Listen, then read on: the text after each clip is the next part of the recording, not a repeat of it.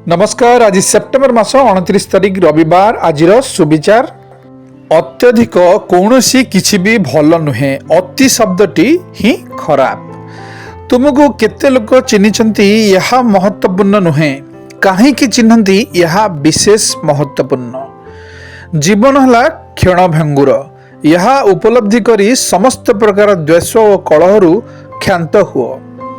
भविष्य में काम आसी भावी कौनसी अलिया आवर्जना को घरे ठूल करी रखंतु नाही। विजेता लक्ष्य उपरे ध्यान दियंती, बाधा उपरे नुहे। मंचस्थ नाटक जड़े देखुंती नीरव दर्शन होई, भल मंद केते अभिनय अछि केवल जानती सेही। निज पक्षरु कथा हेबा थरे बंद करी देखिबो अनेक आपणार पर होई जिबे, सतरे केही कहार नुहे। जीवन रे एमिति एक समय आसे मनीष जीवन रे चारि छकी कि दो छकी रे से छिड़ा होइछि से बुझी पारे नाही। आउ व्यस्तता आउ अस्थिरता बशवर्ती होई एमिति निष्पत्ति नहीं जाए जहार फलस्वरूप बहुत आघात प्रतिघात सहिबाकू पड़ी थाए।